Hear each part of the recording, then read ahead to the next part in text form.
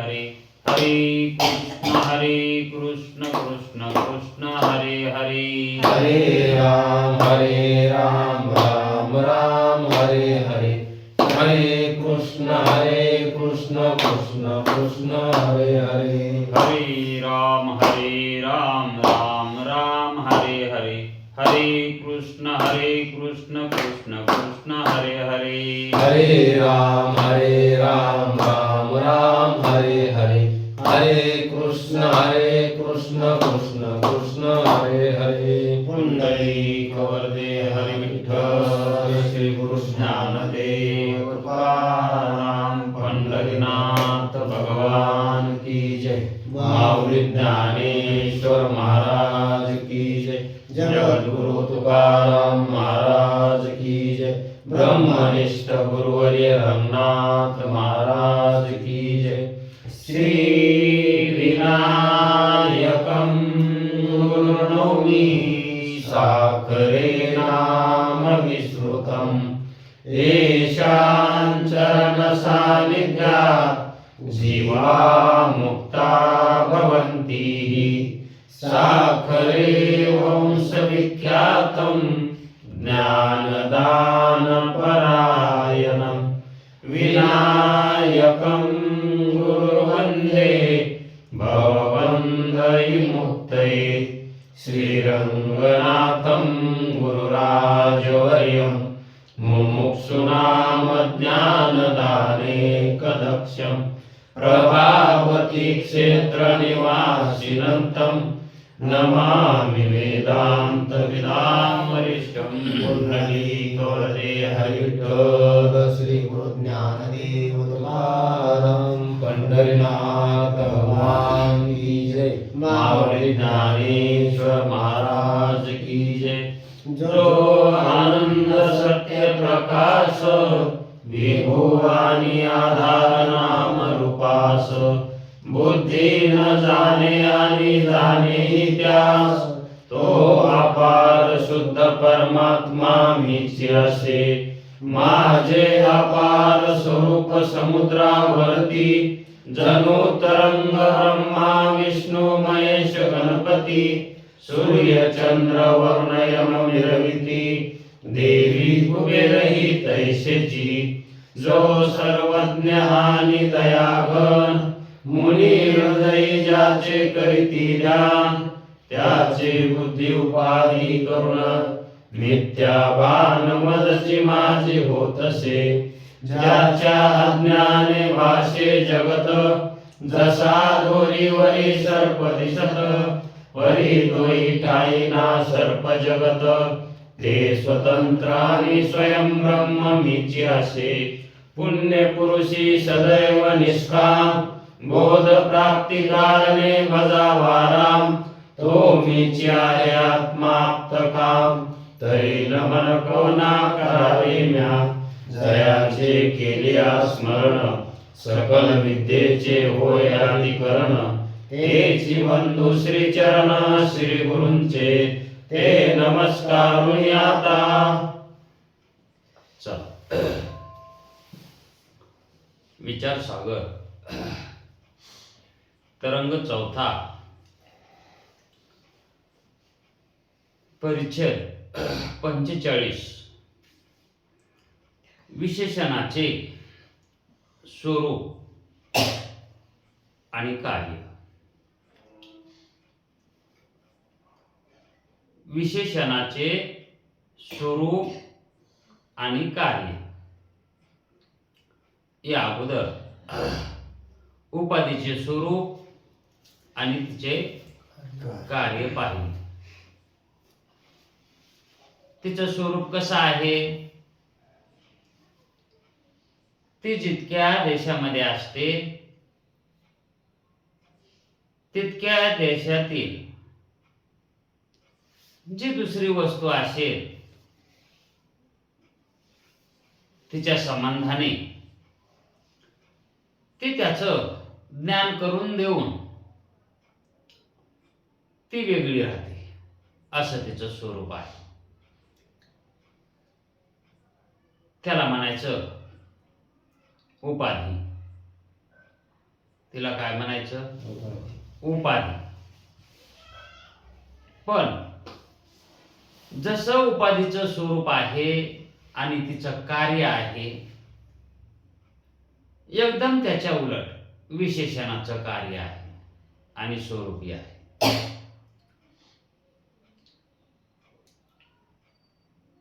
दोन्हीचं कार्य जरी विरुद्ध असलं तरी पण जे विशेषण असतं ते उपाधीच्या ठिकाणीच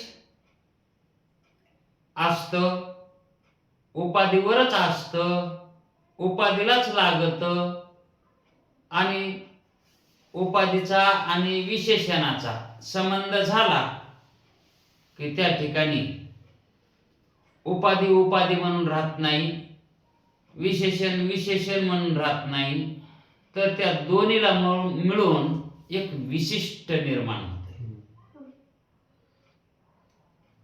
त्या दोघाला मिळून विशिष्ट निर्माण होतं. पण विशेषण उपाधीच्या स्वरूपासारखं कार्यासारखं नाही. उपाधी जसं तिच्या ठिकाणी असणाऱ्या पदार्थाचं ज्ञान करून देऊन ती वेगळी राहते, पण विशेषण तसं नाही. विशेषण त्या उपाधीच्या ठिकाणी जातं, राहतं आणि वेगळं न निघता त्या उपाधीचं ज्ञान करून देतं. पण ज्ञान जशी उपाधी पहिली होती, विशेषण मिळायच्या आधी त्या उपाधीला, विशेषण भेटायच्या अगोदर जशी उपाधी होती तसं ज्ञान करून देत नाही विशेषण. तिचं विशिष्ट प्रकारानं ज्ञान करून देतो, म्हणजे वेगळ्याच प्रकारानं ज्ञान करून देतो, पण त्याच्यात राहूनच देतो, ते बाजूला सरकत नाही. असं विशेषाचं सार रूपानं स्वरूप आहे. आता आपण विस्तार रूपानं पाहू, जसं ग्रंथकार सांगतील तसं. पण एवढं लक्षात घ्या की जसं उपाधीचं स्वरूप आहे त्याच्या उलट विशेषणाचं स्वरूप धरायचं. मग विशेषणाचे स्वरूप कसं आहे ते व्याख्या करून सांगतात की जी वस्तू जितक्या देशात असते, जी वस्तू जितक्या देशामध्ये असते तितक्या देशस्थित वस्तूची आपल्या धर्मासह वर्तमान, विशेषण त्याच्या धर्मासह वर्तमान म्हणजे चालू, ज्ञान करून देते, पण ते स्वतः सहित देतो. त्याच्यात त्याचंही ज्ञान त्या ठिकाणी निघत. आणि उपाधीचं तसं कुठे आहे? ती वेगळी होती, पण विशेषण त्याच्या सहित तिचं ज्ञान करून देतो. आणि त्याच्या सहित तिचं ज्ञान करून द्यायचं म्हणलं की त्या ठिकाणी याचंही त्या तिच्यामध्ये मिसळणार, विशेषणाचंही स्वरूप तिच्यात मिसळणार, तिचं स्वरूप त्या दोघांच्या स्वरूपानं तिसरंच निर्माण होतं.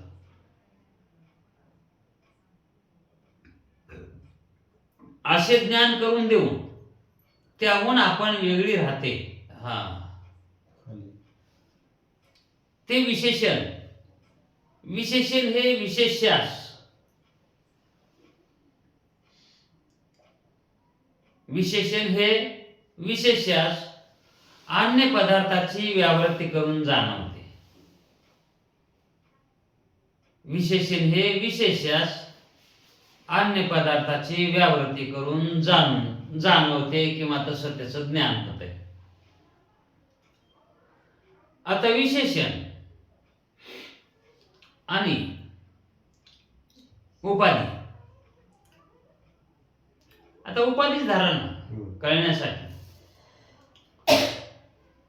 पण जे विशेषण ज्या वस्तूला लागलेलं आहे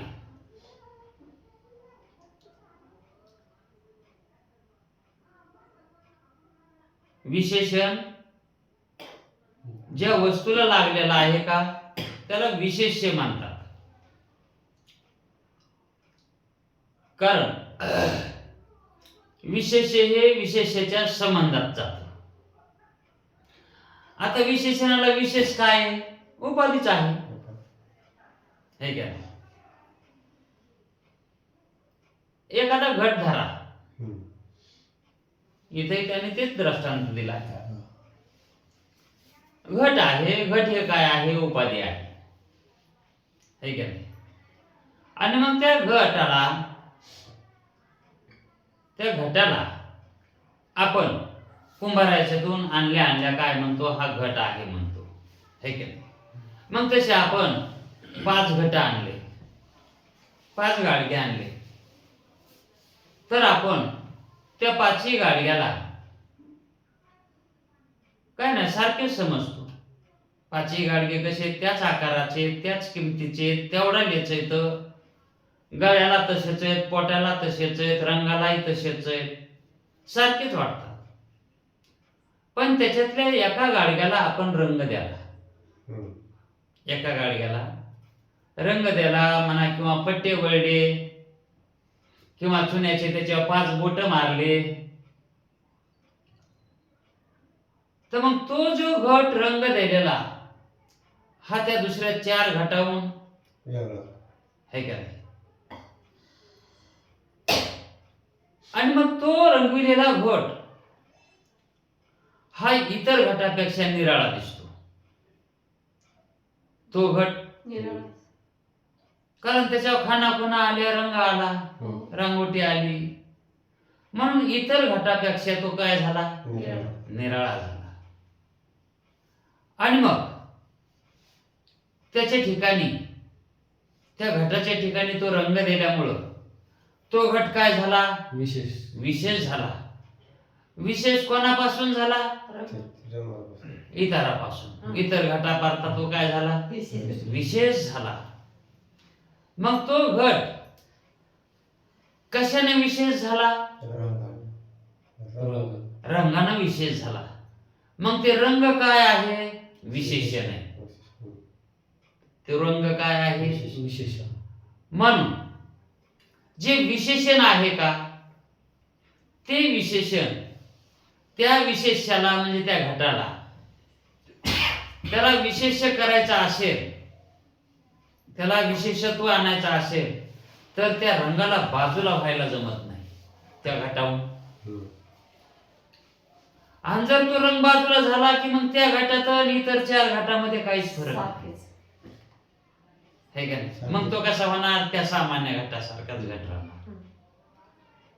म्हणून जो विशेष घट झालाय ना विशेषणानं, तो विशेष घट इतर घटाला काय करतो? व्यावर्त्य करतो, वेगळं करून दाखवतो. आणि तो व्यावर्त करतो. वेगळा करणारा विशेष झाला म्हणून तो त्याला वेगळा करतो बाकीच्या घटाला. आणि ते बाकीचे घट मग काय होते? तर व्यावर्त, निराळे होते, ते मग वेगळे होते. तर असा त्या विशेषणामध्ये काय आहे? पराक्रम आहे. म्हणून विशेषण जिथं लागत, जिथं विशेषण लागत तिथं ती वस्तू विशेष होती. कशानं? विशेषणानं. आणि जर विशेष नाही लागलं तर ती वस्तू सामान्यच राहते. मग विशेषानं जे विशेष्य वस्तू ही विशेषाला सोडून राहते का? आणि त्या वस्तूनं, त्या घटानं त्या विशेषाला सोडलं की त्याचा विशेषपणा राहत नाही. असंच आहे जीवाचं. जीवाचं सुद्धा असंच आहे. जीवानं जर जाणून जे विशेषणाला आला आहे, जे विशेषण लागलं आहे आणि विशेष्य झाला आहे. आता विशेष्य कोण आहे? जीव आहे, है का नाही? विशेष्य जीव. हा विशेष झालाय तो. आणि मग तो कशानं झालाय विशेष? अंतःकरणानं म्हणा, देहानं म्हणा, है का नाही? हा देह, त्याला देह विशेषण आहे. हा देह कसा आहे? आणि त्या विशेषणानं तो जीव काय झाला? आणि मग तो विशेष झाला त्यावेळेस तो जीव जो विशेष होता आधी, आणि त्याला हे देह लागायच्या अगोदर कसा होता तो? देहाची उपाधी लागायच्या अगोदर, विशेषण लागायच्या अगोदर विशेषच होता ना. कारण जीव मूळचा कोण आहे? आत्माच आहे. जीव कसा आहे? मूळचा आत्माच आहे. आणि त्याच आत्म्याला या देहाचा म्हणजे विशेषणाचा संबंध लागला. मग त्या ठिकाणी काय झालं? ते विशेष. विशेष काय झालं? त्या विशेषणानं ते विशेष काय होणार? विशिष्ट होणार. मग विशिष्ट काय झाला? तो जीव झाला. तो जीव विशिष्ट. हा हे जे विशेषण लागलं म्हणून तो काय झाला? विशिष्ट. हा विशिष्ट झाला तो. मग ते विशिष्ट झालेला जीव कशामुळे विशिष्ट व्हायला? विशेषणानं विशिष्ट व्हायला. मग जीवाच्या ठिकाणी जे विशिष्टपणा आला आहे, कशाचा आला विशिष्टपणा? मी करता आहे, मी भोगता आहे, मी जन्मणारा आहे आणि मी मरणारा आहे आणि सुख दुःखवानही आहे. हे जे त्याच्या ठिकाणी विशिष्टपणा जो आलाय तो कुणामुळे आलाय? विशेषणानं आलाय. मग विशेषणानं जीवाला विशिष्टपणा यालाय, तर मग त्या जीवानं विशेषणाचा विचार करावा ना. आपण विशिष्ट का व्हालोत? विशिष्ट का व्हालोत? करता भोगता का व्हालोत? तर विशेषण आपल्या धर्मासहित त्या ठिकाणी नांदत असतो विशेषण. मग हे विशेषण कसं आहे? सत्य आहे का विशेषण? हा मग मिथ्याचे आपणाला जर विशेषण लागलं, मिथ्या विशेषण लागलं, तर ते विशेषण आपणाला साधक आहे का बाधक आहे? हे त्या चैतन्याला कळावं ना, विशिष्ट चैतन्याला, जीवाला. आणि जर ते बाधक ठरत असेल तर ते विशेषण कशाला लावून घ्यावं? आणि जर लागलेलं असलं तर विशेषण लागत का लावून घेते? आणि उपाधी लागती का लागलेली? उपाधी लागलेलीच आहे, हे का नाही? आता तिचं लावून घ्यायचं तर कामच राहिलं नाही. ती उपाधी लागलेलीच आहे. ती आता नाही म्हणला तरी लागलेली, मग जीव झाला. तिथं लागलेलीच आहे. आणि ती लागलेली असून पुन्हा विशेषण लावून घ्यालाय. याला म्हणायचं भ्रमात भ्रम. हा कसा झाला? हा भ्रमात भ्रम आहे हे. अहो जे आधी उपाधी लागली होती ती उपाधीच निवृत्त करायच्या कामाला लागायचं, दिलं सोडून पुन्हा विशेषण लावून बसलाय. कोण? जीव. आधी जरसा की येडा होता आणि पुन्हा विशेषण लावून जास्तच येडा झाला. आधी एकच बायको होती, पुन्हा दुसरी केली. एकच होती पण शोक नाद नाद भरला जन्माया घरला. असं हे जीवाचं झालंय. एका उपाधीवर तो थांबला नाही, त्यानं 2 उपाध्या लावून घेतल्या. एका गावामध्ये एक कोळी होता आणि गावाला तो पकालीनं पाणी द्यायचा असा त्याचा धंदा. असा धंदा करीत करीत त्याला कुंकून कसं सुचलं काय माहित. आता लग्न झालेलं होतं त्याचं. कोणी भरी घातलं का तोच भरीला लागला. देव जाणे. त्यानं दुसरी एक बायको केली कोल्यानं. आणि मग ते बायको घेऊन तो घरी आला.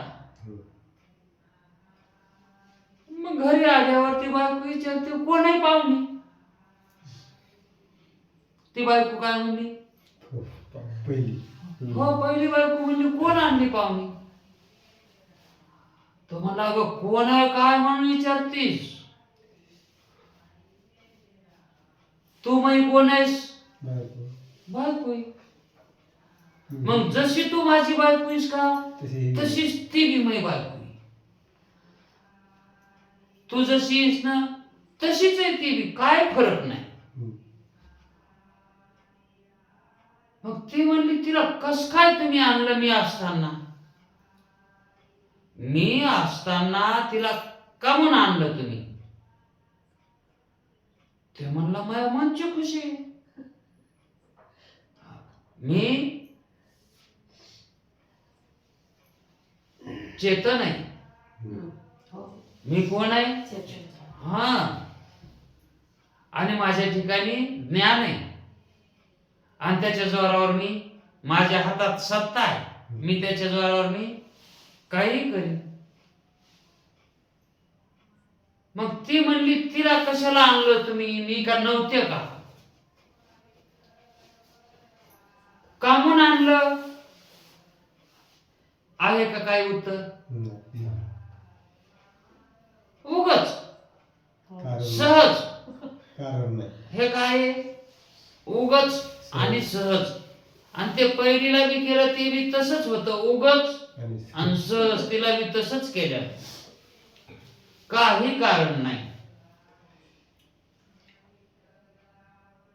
एक प्रमाण आहे हो.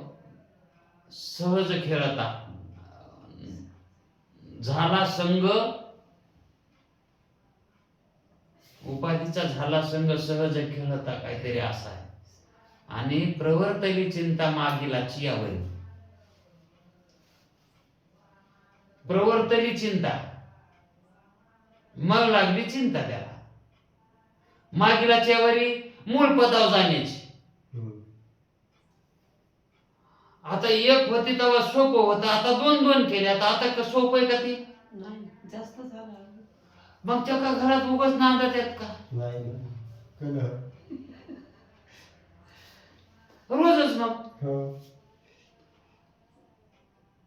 मग त्या पहिलीनं काय केलं, सरपंच बोलिला, पोलीस पाटील बोलिला, गावातले पंच बोलले. म्हणले आम्हाला वायलं निघायचे, आम्हाला वायलं तुम्ही करून द्या. मग ते पंच म्हणले आणा घरातलं काय काय तुमचं दाग दागिने पसारा दौलत काय आहे ते. कोणी म्हणलं मदत तर काहीच नाही, बाहेर बांधलेली म्हैस आहे पकाळली. मदत तुम्ही जाऊन बघा. आणि काहीच नव्हतं कोणाच्या घरात का काहीच नाही. मदत जाचं कामच नाही. बाहेरच इतका फूड झालेला होता तो कोळी. फूड सगळं गमून बसला होता. कशानं, ह्या दोघीच्या पायी. हा, ह्या उपाध्यानं सगळं गमवून बसला होता. काही नाही म्हणला मदत तुम्ही जाऊन बघा, विश्वास नसला तर. मग त्याला विचारलं होय मदत काय आहे का. बाहेर विचारलं पंचायत मदत काय आहे का. म्हणली मधात काय असणार, याचा हातावर भाकर खातोय म्हणली, रोज हातावर फकल भरली की येताना भाकर खात येते, ताट सुद्धा नाही म्हणली. दुसरी बायको करून आणली. हाय का लाज म्हणली याला. पहिली बायको म्हणायची पंचायपुडी, त्याची लाज काढली. मग पंच म्हणले आता कशाच्या वाटण्या करा. ती दुसरी केलेली म्हणली पकालय ना, आता पकाळीला दोन दोन पक हे असते, पकाळा असते हे का नाही. ती म्हणली अर्धी अर्धी. ती अर्ध्यातून फाळटी पकाळ आणि एक अंगाड एका बायकोला दिलं आणि एक अंगाड एका बायकोला दिलं. आता म्हणली म्हैस राहिली. ते कोळी म्हणला मी म्हैस देणार नाही. म्हणला ते एक त्या दोघीने घेतलं आणि ते अर्धालं. म्हणला मी म्हैस सोडणार नाही. त्यानं ती म्हैस घेतली आणि गेलं निघून बाहेर. म्हणला घ्या तुम्ही पकाली, अर्ध्याला फाळून. त्या पकाली कोण येतात? आवरण आणि विक्षेप आहे. आवरण आणि विक्षेप आणि ती जी म्हैस आहे का ते अज्ञान. अखर ते कोळी ते अज्ञान घेऊन गेला. विशिष्ट अज्ञान सोडीना झाला. जो विशिष्ट कोळी का तो अज्ञान सोडीना झालाय. प्रारब्धाच्या बलानं त्यानं जे आवरण घेतलं होतं का, विक्षेप घेतला होता का, प्रारब्धाच्या बलानं काही कालाच्या नंतर ते नष्ट व्हायले, लोप पावायले, लय व्हालाय त्याचा. पण म्हैस संगच आहे त्याच्या. म्हैस सोडीना झालाय तो. आणि जोपर्यंत तो म्हैस सोडत नाही तोपर्यंत त्याला प्रत्येक जन्मामध्ये ह्या दोन बायका मिळणारच आहे. म्हणून तो म्हैस तिथून निघून घेऊन गेला. म्हैस त्यानं सोडली नाही. तसाच हा जीव कोळी झालाय. हा कोळी विनाकारण प्रपंचामध्ये पडलाय. उपाधी तर त्याला तिथं आहेच की आधी, पण पुन्हा हे प्रपंचामध्ये पडलाय. आता हे प्रपंच कसा आहे? कार्यरूप आहे. हा प्रपंच संसार कसा? कार्यरूप आहे. तो कशाने केला जातो? वृत्तीने केला जातो. हा प्रपंच कशाने केला जातो? वृत्तीने केला जातो. आणि जर हा प्रपंच सत्य म्हणून जर केला, प्रपंच जर सत्य म्हणून जर केला तर तो संसारामध्ये बद्ध म्हणून राहणार. मुक्त होईल का तो? प्रपंच सत्य म्हणून केला तर कार्य सत्य म्हणून कशाने करायला? वृत्तीने करायला. मग तो बद्धपणा जाईन का त्याचा? आणि जर प्रपंच त्यानं असत रूपानं म्हणजेच बाधक रूपानं जर म्हणजे त्याला कोणता म्हणतात ते निषिद्ध रूपाचा जर केला, प्रपंच निषिद्ध रूपाने केला तर त्याला नरकाला जावं लागतं. निषिद्धाने केलेला प्रपंच निषिद्धात केला तर नरक आहे. आणि नुसता प्रपंच जर केला सकामतेमध्ये तर ते बद्धतामध्ये करेल. मग बद्धतेपेक्षाही नरक यातना ह्या कठीण आहे. पण मुक्त तर मुक्त तर होणारच नाही. मग मुक्त होण्यासाठी काय करावं लागेल? ह्या ज्या वृत्तीने प्रपंच करायला जीव, तर हे प्रपंच मिथ्या जाणून ह्या प्रपंचाचं कारण जाणावं. त्यानं प्रपंचाचं काय जाणाव? कारण जाणाव. आणि कारण जाणण्यामध्येच त्याचं काय आहे? हित आहे, है का नाही? तसं वृत्ती प्रपंच करायली ना, त्या वृत्तीचं कारण जाणा. तुम्ही प्रपंचाचं कारण जाणा किंवा वृत्तीचं कारण जाणा, तेच कारण सापडेल. वृत्तीचं कारण सापडलं ज्या कारणानं वृत्ती कार्यरूपाला आली, कार्यरूपाला जी यायली वृत्ती कोण्या तरी कारणानंच आली. ते कारण कोणतं आहे? वृत्ती कार्यरूपाला आली. प्रपंचात प्रपंच कार्यरूप आहे म्हणून त्याच्यात आली किती कार्यरूप व्हायली वृत्ती, है का नाही? मग ह्या वृत्तीचं कारण काय आहे? अंतःकरण आहे. वृत्ती कुठून यायली? अंतःकरण. है का नाही? मग अंतःकरण हे कसं आहे? वृत्तीचं कारण आता या ठिकाणी समजण्यासाठी म्हणावं लागेल ना, तर वृत्ती आणि अंतःकरण एकच आहे. मग त्या अंतःकरणाला सुद्धा कारण असायला पाहिजे. ते बिना कारणाचं नाही, ते स्वतः कार्य आहे. अंतःकरण सुद्धा कसं आहे? कार्यरूपच आहे. मग हे कार्यरूप असणारं अंतःकरण याचं कारण अविद्या आहे. याचं कारण कोण आहे? है का नाही? अविद्या ही काय आहे? कारण आहे. आणि त्या अविद्याचं कार्य काय आहे? अंतःकरण आहे. मग ते अंतःकरणाचं जे कारण आहे का, ते कारण कुठे आहे? चैतन्याच्या आश्रित आहे. आणि ते चैतन्याच्या आश्रित सत्य म्हणून आहे का कल्पित म्हणून आहे? बघा, मूळ कारण जे आहे का ते कल्पितच आहे. पण पुढे आल्याच्या नंतर अंतःकरणात आलं, कार्यरूपाला ते आलं कारण, त्या कारणाचं कार्य घडलं की त्या कार्यामध्ये अंतःकरणामध्ये जीवाची उत्पत्ती व्हावी. तिथं कोणाची उत्पत्ती व्हायली? जीवाची. कशामुळे व्हायली? त्या अंतःकरणामुळे, त्या कार्यामुळेच व्हायली का नाही? मग तसं आता ते एक कार्य आहे, ते आहेच. अंतःकरण हे एक कार्यरूप आहेच.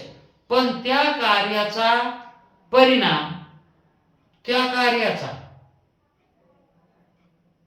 त्या अंतःकरणाचा परिणाम वृत्ती बाहेर प्रपंचामध्ये येईल.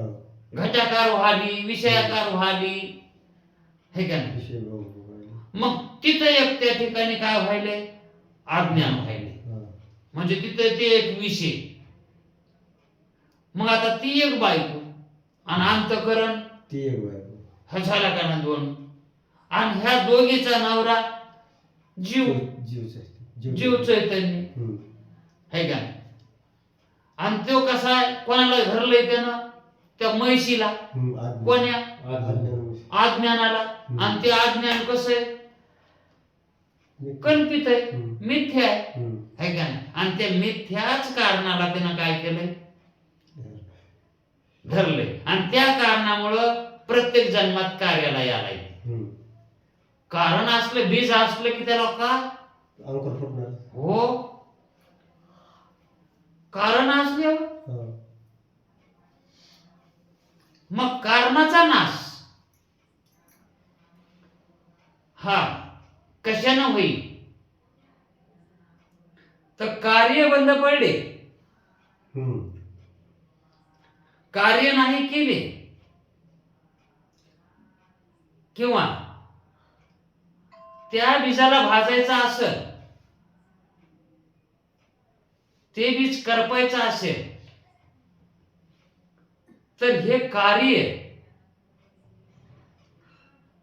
निषिद्ध रूपाचे जे कार्य आणि सद्गतीचे कार्य, नरकाला जाणारे कार्य आणि सद्गतीला जाणारे कार्य, म्हणजे पाप आणि पुण्य, धर्म आणि अधर्म, याच्यामधले जे निषिद्ध म्हणून सांगितले, तर पाप निषिद्ध आहे, अधर्म निषिद्ध आहे, हे जर सोडले तर नरक टाळणार.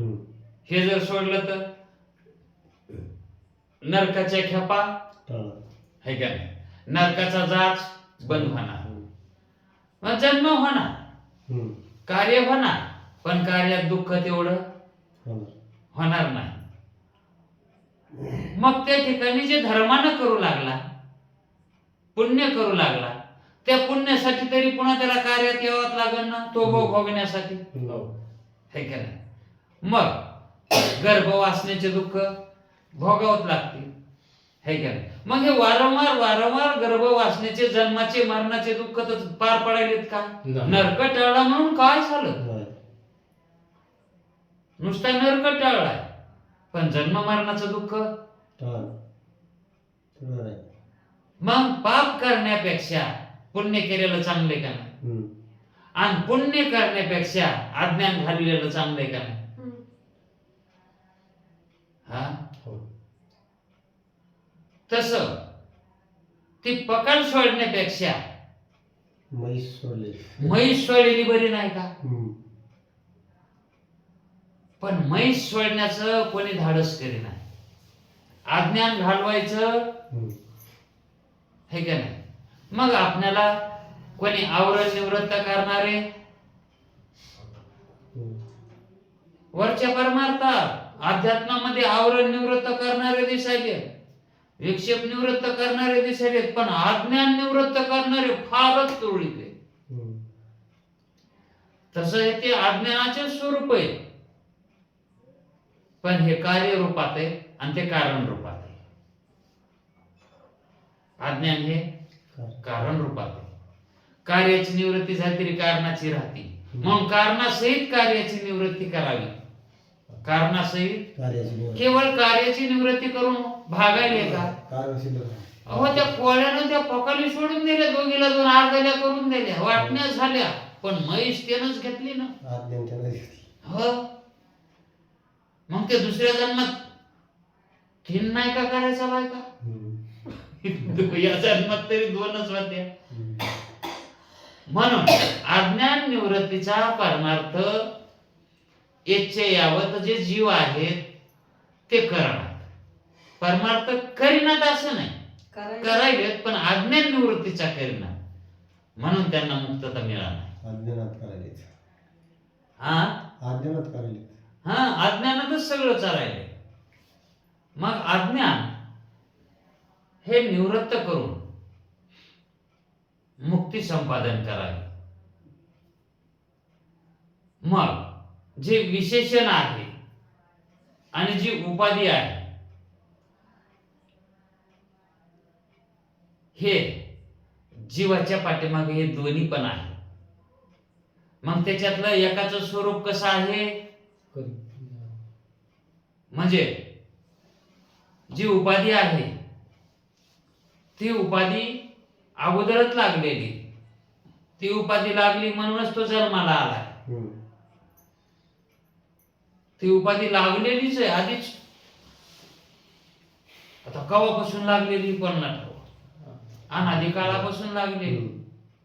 मग ती आधीच लागलेली, पण आता ती लागली म्हणून हे सुद्धा कळावं ना, ते सुद्धा कळा ना. मग उपाधी लागली तर लागलीच, पण पुन्हा कार्य सुद्धा लावून घ्यायला. त्या कार्याच्या ठिकाणी अहंकार तो स्वतःच मानायला की मीच करतो आणि मीच भोगतो, है का नाही? आणि त्या उपाधीलाच काय म्हणतोय? मी आहे. विशेषणाला तर मी म्हणतोय, है का नाही? मग ह्या उपाध्या त्याला सोडता येणार म्हणून तो बद्ध राहिलाय. म्हणून विशेषणाचं कार्य काय आहे ते त्याचे धर्म त्या उपाधीवर धरत आणि त्याला विशिष्ट करत, जीव करत, है का नाही? म्हणून हे जे विशेषण आहे का, हे विशेषण लागूच देऊ नये, विशेषणात राहूच नाही. कोणी? त्या विशेषानं विशिष्टानं विशिष्ट होऊच नाही. आणि जर झाला तर आपला विशिष्टपणा कसा घालता येईल हे त्यानं बघावं. म्हणजे जीवपणा कसा घालविता येईल हे बघावं. म्हणजे जीव ब्रह्मरूप कसा होईल है का नाही? राहता राहिली ती उपाधी आहे, त्या उपाधीला जर उत्पन्न व्हायला पेरणीच नाही झाली तर ती पुन्हा उपाधी कशाला राहील? पुन्हा ती उपाधी कशाला मिळती? आपलं जर संचित असेल तर उपाधी कुणाची? ती देवाची. ती उपाधी कुणाची आहे? देवाची. देवाची आहे ती. दिली ती कोणाला दिली? जीवाला दिलेली ती. कोणी? ईश्वरानं दिलेली, हे का नाही?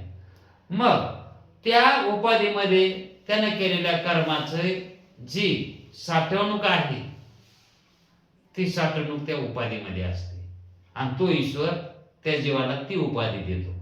जोपर्यंत त्याच्यामध्ये कर्म तो फेडीत नाही त्या उपाधीतले चिटकालेले, तोपर्यंत त्याला त्याच्यातून मुक्तता नाही. त्याला मग आणखी एक पळवाट आहे, त्याला एक उपाय आहे. ज्ञान प्राप्त करून घेऊन, स्वरूपाची ओळख करून घेऊन ते संचित त्याला जाळून भस्म करता येतंय. कारण त्या उपाधीचं स्वरूप कळालं की हिचं कारण मिथ्य आहे, तर ही कशाची आली खरी. या देहाचं कारणच हे का नाही? अविद्या आहे आणि ती अविद्या कल्पित आहे आणि ती अविद्याच माझ्याच आश्रित आहे आणि मी तिला सत्य मानू लागलो, त्याच्यामुळे मी देहरूपी कार्याला येऊ लागलो. असं ज्ञान झाल्यावर त्याचं बीज नष्ट होणार नाही का? मग बीज करोनी लाही, बीजाची जर लाही केली तर ते बीज पुन्हा उगवत, पुन्हा ते बीज उगवत नाही भाजल्यावर. तस जीव एवढं करीना झालाय, तो उलट उपाधी निवृत्त करायचं, त्याच्यातलं बीज संपवायचं हे तर सोडून दिलंय, पण उलट त्याच्यामध्ये बीजाची साठवणूक करायला का नाही? दुसरं बीजाची साठवणूक कर्म अहंकारानं करायला का नाही? मग हेच कर्माचा साठा जास्त व्हायला मग कधी मुक्त होईल ते? म्हणजे विशेषण घ्यायलाय का नाही ते? असंच एका आश्रमामध्ये एक महात्मा तिथं मुलांना शिकवत होता आणि मग त्या ठिकाणी बरेच बॅच होत्या, बरेच मुलं होते.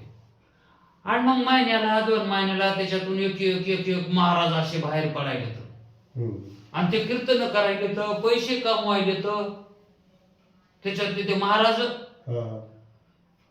महाराज होऊन ते बाहेर पडायलेत ना त्याच्यातून. आता हे ते एका तिथच्या गावातल्या माणसानं बघितलं, म्हणलं या ठिकाणी हमेशा महाराज लोक उत्पन्न व्हायले तर आणि बाहेर पडलं की मस्त पैसे कमवायले तर. म्हणलं आपण रात्रंदिवस राब कष्ट करायला लागलो आणि एका दिवसामध्ये 30-30 हजार रुपये घ्यायले तर हे का कमी? तर धंदा का लहान आहे का हे? म्हणलं मग आपण मी महाराज झालो तर अहो रानात गडी लावायली, रोज 30,000 रुपये यायलेत म्हणलं. त्याच्या मनातच बसलं, म्हणलं आपण महाराजच व्हायचं. ते विशेषण नव्हतं ना त्याच्याकडं, पदवी नव्हती ना ती ह भ ब ही पदवी नव्हती ना, ते विशेषण लागल्याशिवाय कीर्तन करायचं नाही. मग हे विशेषण म्हणलं आपण घ्यावं काय की महाराजाकडून. महाराजाकडे गेला तो त्या महात्म्याकडे, म्हणला महात्माजी मुझे महाराज बनाव, मला महाराज बनवा. ते म्हणले बाबा इथं राहावं लागतंय, यावं लागतंय, ऐकावं लागतंय, मग महाराज होतंय.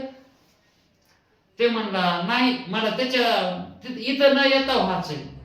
महाराजांना महात्म्यानं ओळखीलं, अरे याला विशेषण लावून घ्यायचंय, याला काय लावून घ्यायचंय? हा. मग ते म्हणले बाबा महाराज व्हायचं म्हणल्यावर नको हो, चांगलं नसतंय ते. चांगलं नसतंय? 30,000 रुपये रोज मिळायला तरी पण नको, तुला नाही जमायचं. नाही म्हणला, कराच. अर्धे तुम्हाला देतो, अर्धे मला बटही म्हणला अर्धे. आता महाराजांना महात्म्यानं ओळखीलं त्या, म्हणला हे माणूस अज्ञानी आहे आणि भ्रांत आहे, याची खोड मोडावं लागते. मोडावत लागते. ते म्हणले अरे धोतर लागतंय, गुरुशर्ट लागतंय, पटका लागतंय, ते आणलंस का तू? ते म्हणला आता आणतो. ते वापस आलं, तालुक्यावर गेलो आणि ते बाजार घेऊनच आलो थैलीमध्ये. महात्मा मला घरीच होतं का काय? नाही म्हणलं, तालुक्याला गेलतो आणायला. इतक्या लवकर कसं आलास? महाराज वाचय ना. गाडीवर. महाराज उतावीळपणा. मग महाराज म्हणले, महात्म्याने बी त्या काय केलं, त्या ड्रेसाला त्याच्या त्या धोतर पटक्याला काय केलं, उली उली कुकू लावलं. म्हणलं हा बघा आता हे घालायचं, मारुतीच्या मंदिरात जायचं आणि किलोभर पेढे आणायचे. आणला, गावातले जितके लहान आले लेकर येतं तितक्या लेकराला बोलवायचं आणि त्याला ते पेढा देताना म्हणायचं मला महाराज म्हणा.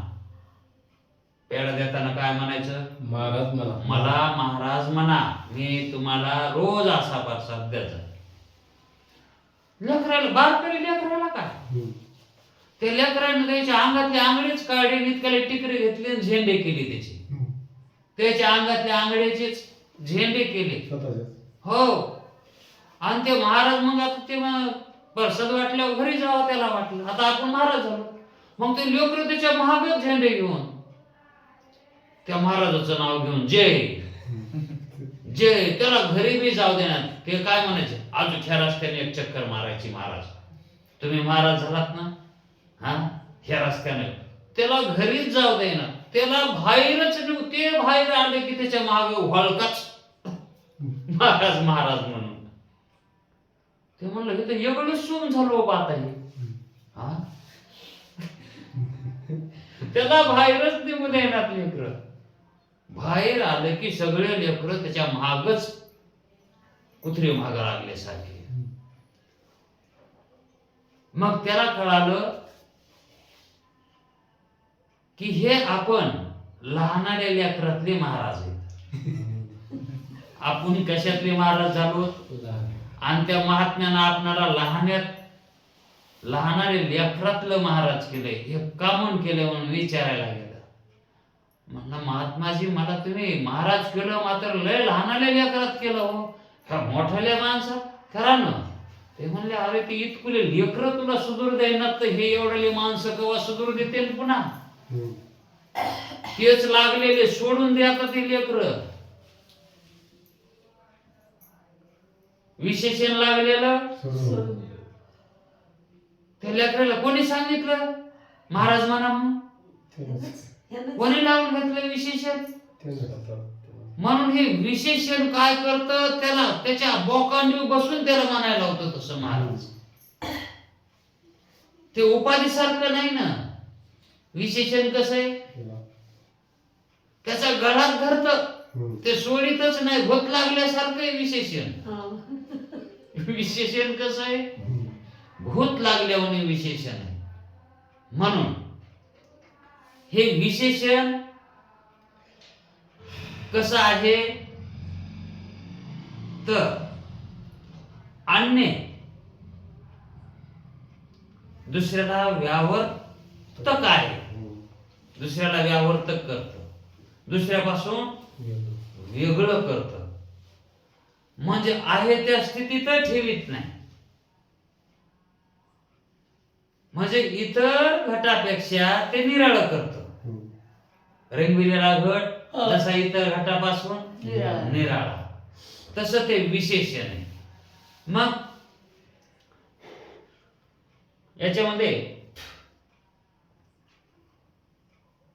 हे जे दुसरं एक उदाहरण दिलेलं आहे, दंडी पुरुष.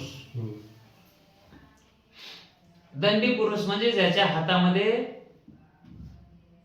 लाकूड, दंड्या म्हणतात त्याला, दंड्या. जर एखाद्या गावामध्ये एखाद्या मुलाचा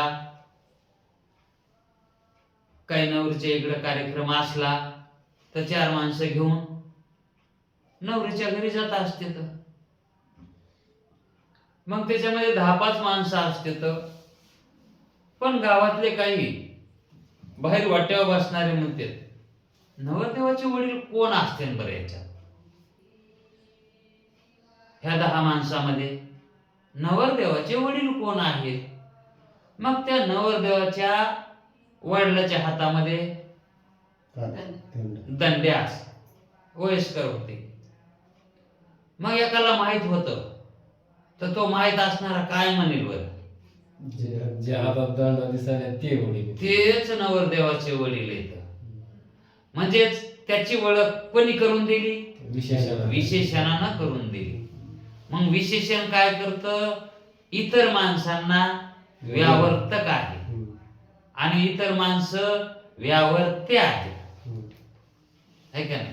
ते माणसं कसे आहेत? बाकीचे व्यावर्त्य आहेत, म्हणून ते व्यावर्तक झाले. कारण ते विशेषणानं तो वेगळा निराळा निवडला गेला.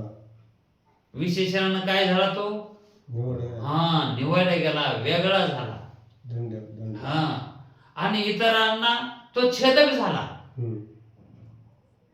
तुकडा पाडण्याजोगा, त्याच्यापासून वेगळा नाही.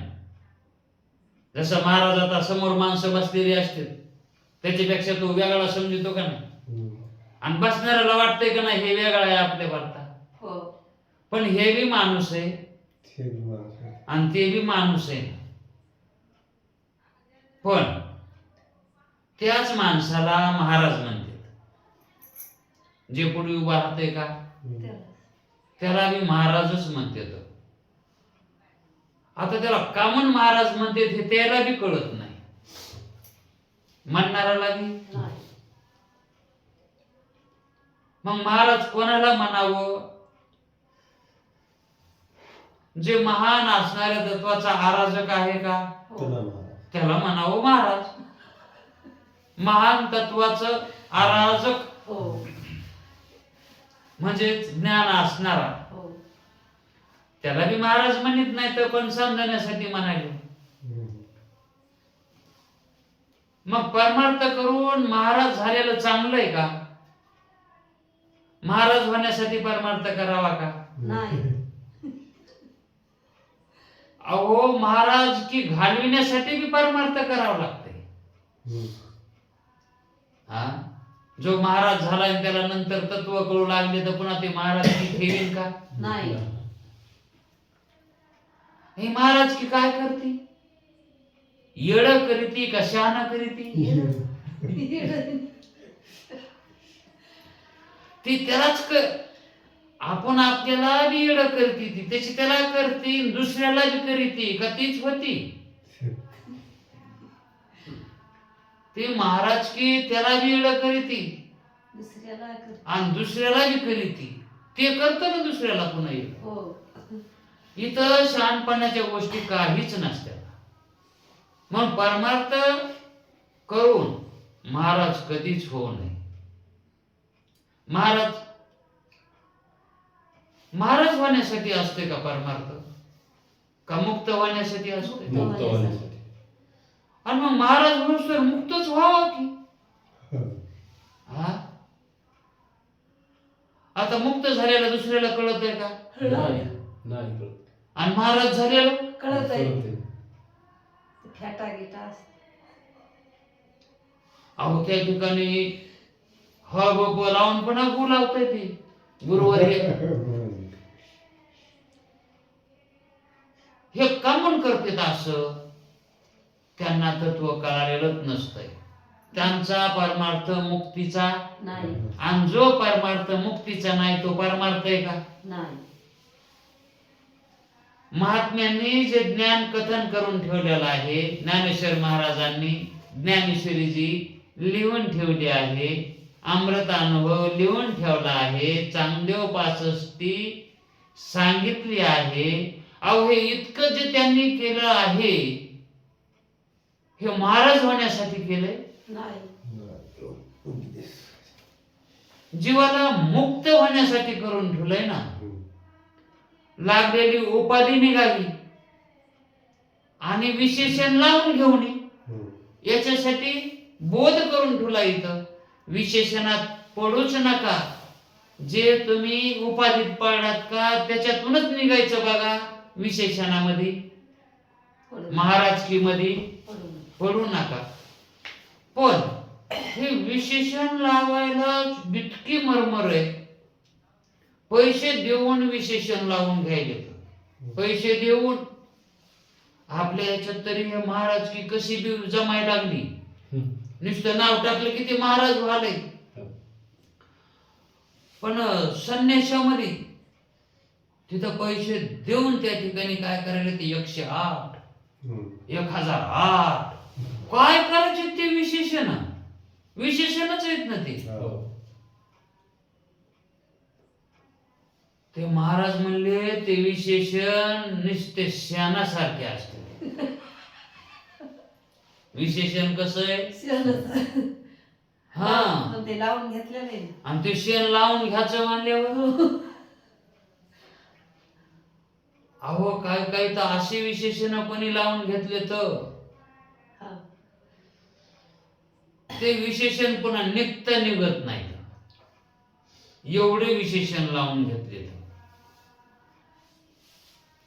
कारण ते विशेषण त्याला नरकाला घातल्याशिवाय राहत नाही. असे विशेषण लावून घेतले. मग विशेषण हे चांगलं आहे का? नाही. ते विशेषण काय करतंय ते त्याच्या बोकांडीवच बसत आहे. कारण त्याचं स्वरूपच कसं आहे त्याला न सोडायचंच नाही. त्याच्यात राहून ते कार्य करते. उपाधी तरी लावून देते बाजूला होती वेगळे. ती तरी काय करते लावून देते. हा बाजूला होती. पण हे भांडू लागत आहे, करू लागत आहे, भोगू लागत आहे. आणि त्याच्या नादानं आपण त्या विशेषणाच्या नादानं है का नाही. असा जर समजा समोर महाराज चाललाय आणि मागून कोणी महाराज म्हणलं की पटकन मागं वळून बघत आहे. आता खरंच ते महाराज असतंय का? नाही.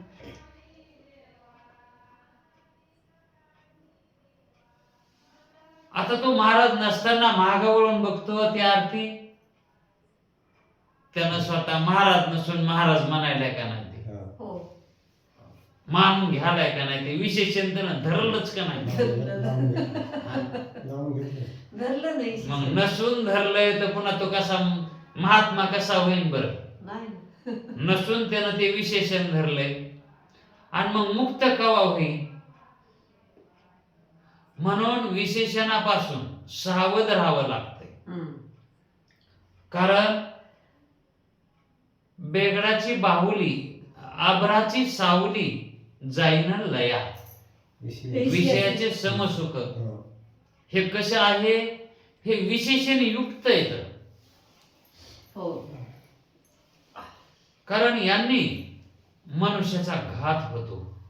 विशेषणानं मनुष्याचा घात होतो नव्हे. त्याचा घात दोन्हीकडे आहे. संसार केला तरी विशेषण लावून तरी घात आहे आणि परमार्थ केला विशेषण लावून तरी घाते. तरी घात आहे. म्हणून याच्यापासून सावध राहायला पाहिजे. कोणतंही विशेषण लागू नये. म्हणून पहिले महात्मे अंगात काहीच घालीत नव्हते, उघडेच राहत होते. कोणी म्हणायचं ते खमिसावाला गुरुशर्टावाला महाराज ते विशेषण लागन म्हणून. म्हणजे इतका अलिप्त राहत होते. पण तितकं नाही तर नाही. पण हे बिनकामाचं ह ब तरी लावून घेऊन ये ना नसताना मग ह ब हा येतं. मग दाखवा बरं ह ब काय असतं ते. हा बाप्पा कशाला म्हणतात. मग ते काय करतात कशाला म्हणतात म्हणलं की मग ते हरी भक्त परायण म्हणते. अरे बाबा त्या शब्दाचा अर्थ झाला पण हरी म्हणजे काय ते सांग. भक्त कशाला म्हणतात ते सांग. आणि परायण कशाला म्हणते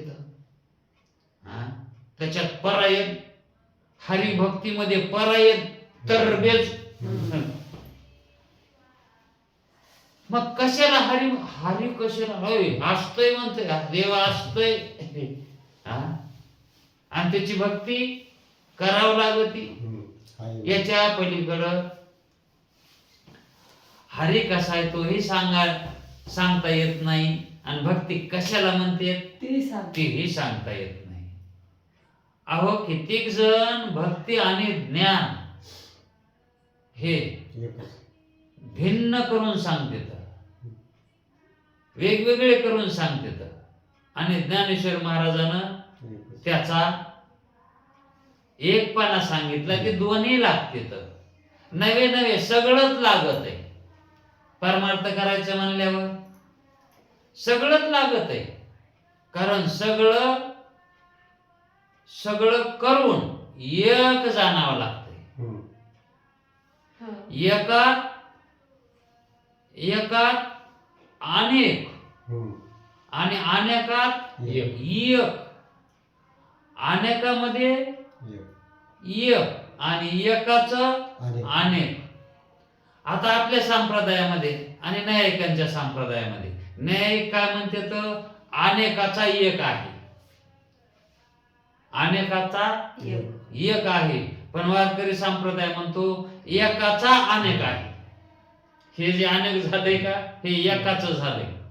आणि मग ते न्यायिक म्हणते ते अनेक झाले ते एक नाही का ते म्हण नाही नाही अनेक आहे का हे एक नाही. एक आहे का ते अनेक आहे. हम्म.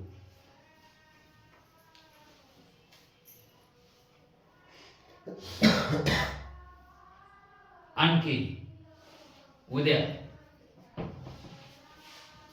आता वेळ झाला पण हे उपाधी आणि विशेषण हे समजलं. हो. आता या दोघांमध्ये तेही याच्यात काय भेद आहे तेही समजलाच आहे. आणि त्याच्याबद्दल थोडं सांगून पुन्हा प्रमातृ चैतन्याचा विचार करायचा. ते उद्या पुंडलिक वरदे हरी विठ्ठल